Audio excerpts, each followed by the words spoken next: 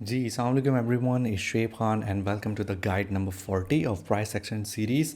And today we're gonna be having a look on the fair value gaps. So it's been बहुत ज़्यादा जो है ये discuss किया जाता है और मतलब ये कि ट्रेडर्स जो आते हैं वो इसको जो है काफ़ी सारा मतलब एक तरीके से कॉन्फ्लुएंसेस की मद में जो है इसको इम्पोर्टेंस दी जाती है।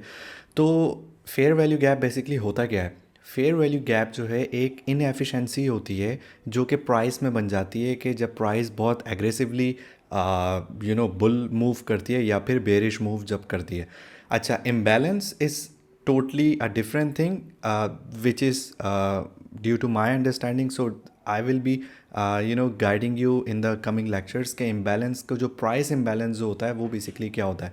हम इधर से जो है फेयर वैल्यू गैप्स या जिसको आप जनरली FVG कहते हैं या जो भी आप यहाँ पे ट्विटर पे imbalance सुनते हुए आए ये वो ही है। ठीक है जी।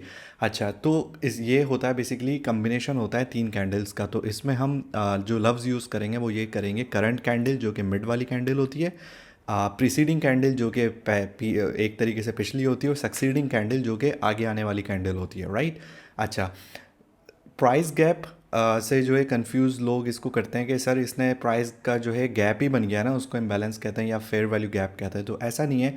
प्राइस गैप होता है जहाँ पे प्राइस रजिस्टर्ड ही नहीं होती चार्ट पे, जैसे कि हम CME में देखते हुए आते हैं, जब वो मंडे को ओपन होती है और फ्राइडे का क्लोजर के बाद अगर बहुत एग्रेसिव मूव बिटकॉइन में होती है तो CME में एक गैप क्रिएट हो जाता है। That is known as the price gap. ठीक है, so that is something else and will be saving it for some other day.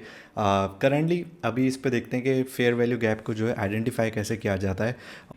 ठीक है जी। तो लाइक ए सेट के फेयर वैल्यू गैप में जो है कम्बिनेशन होता है तीन कैंडल्स का। तो वो तीन कैंडल्स जो होती हैं, फॉर सपोज़ के इधर एक एग्जांपल हम देख लेते हैं बिटकॉइन में कि एक कैंडल यहाँ पे क्लोज हुई है। ठीक है जी। अच्छा जी, उसके बाद दूसरी कैंडल ने एक एग्रेसिव मूव ऊपर की तरफ ली और ये तीसरी कैंडल एक ये बन गई। सो ये आपकी जो कैंडल है ये सेंटर कैंडल है, ये जो है आपकी प्रीसीडिंग कैंडल है और ये आपकी सक्सीडिंग कैंडल है। ठीक है जी। अब फेयर वैल्यू गैप जो है वो किस तरीके से बन रहा है कि जो प्रीसीडिंग कैंडल थी, जो पिछली कैंडल थी, वो उसका जो हाईएस्ट पॉइंट था और करंट कैंडल की बॉडी जो थी और आने वाली सक्सीडिंग कैंडल की जो नीचे की विक थी, इसने एक बीच में गैप छोड़ दिया है। इस इनएफिशिएंसी को हम कहते हैं कि प्राइस जब दोबारा रजिस्टर नहीं हुई इधर आके, so this is known as the fair value gap, ये वाला गैप। ठीक है जी। ये देखें कि यू कैन सी कि इसका हाईएस्ट पॉइंट ये था, इसका लोएस्ट सक्सीडिंग कैंडल का जो लोएस्ट पॉइंट था वो ये विक थी। ठीक है जी। तो इसके दरमियान जो ये गैप क्रिएट हुआ है इसको कहते हैं fair value gap. Simple is that. तो अब जब हायर टाइम फ्रेम में जब हम इसको चेक करते हैं जो, और जब हम इसको एक तरीके से शेड ऑफ करते हुए आते हैं, तो यहाँ पे ये देखना ज़रूरी होता है कि जितना स्ट्रॉन्ग कॉन्फ्लुएंस होता है बैलेंस का, इतना ज़्यादा उसका चांस होता है कि वो दोबारा आके रीफ़िल होगा और उसको जो है प्राइस आके रीटैप करेगी और उस पर बाउंस ऑफ या जो भी आगे वो होती हैं। We are not discussing it in this scenario. तो इसमें जो यूजुअली देखी जाती है, जो मेरा एक मानना है वो ये कि अगर आपकी जो इम्बैलेंस है, लेट सपोज़ ये इम्बैलेंस का आपका 50% है यहाँ पे। ठीक है।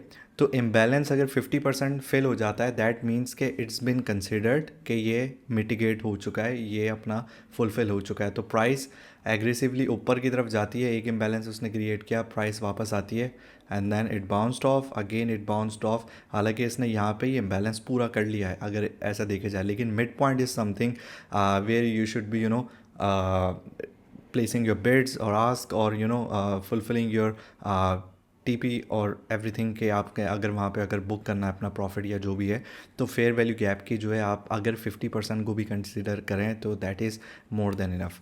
ठीक है।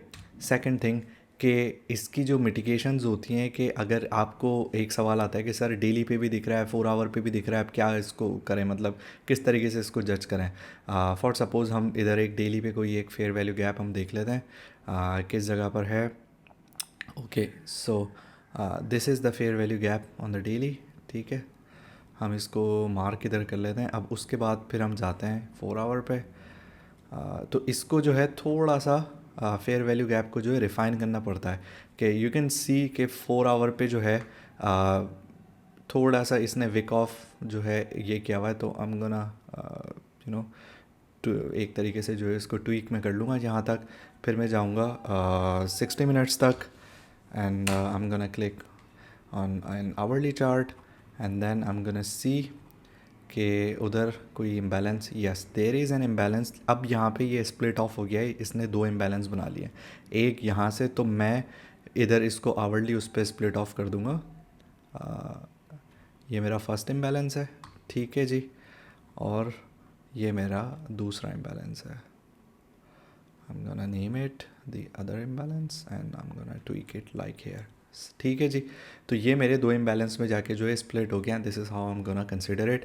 इम्बैलेंस में कोशिश करें कि 30 मिनट से नीचे की तरफ ना जाएं कॉन्फ्लुएंसेस देखने के लिए, because it will create some other anomalies in the charting and it will gonna confuse you, एंड जो है प्राइस ऐसा ना हो कि आप जब वो ट्रेड कर रहे हो तो वो आपको एक नुकसान दे दे। So this is the simple theory of imbalance. These are nothing but the inefficiencies present on the chart. इसमें 3 कैंडल्स होती हैं, preceding, center and succeeding candle, ठीक है।